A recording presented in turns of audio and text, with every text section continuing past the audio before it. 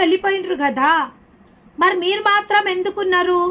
ఎక్కడికి వెళ్ళగలం ప్రభువా మేము మిమ్మల్ని వదిలిపెట్టి? ఇస్కరు యూదా తప్ప వాళ్ళు అంటుండ్రు, మేము ఎక్కడికి వెళ్ళగలము?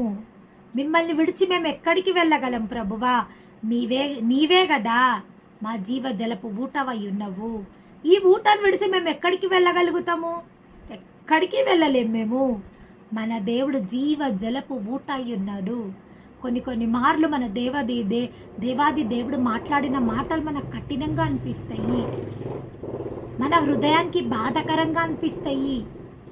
ఎప్పటి వరకు అవి బాధకరంగా అనిపిస్తాయి? ఎప్పటి వరకు అవి కఠినంగా అనిపిస్తాయి?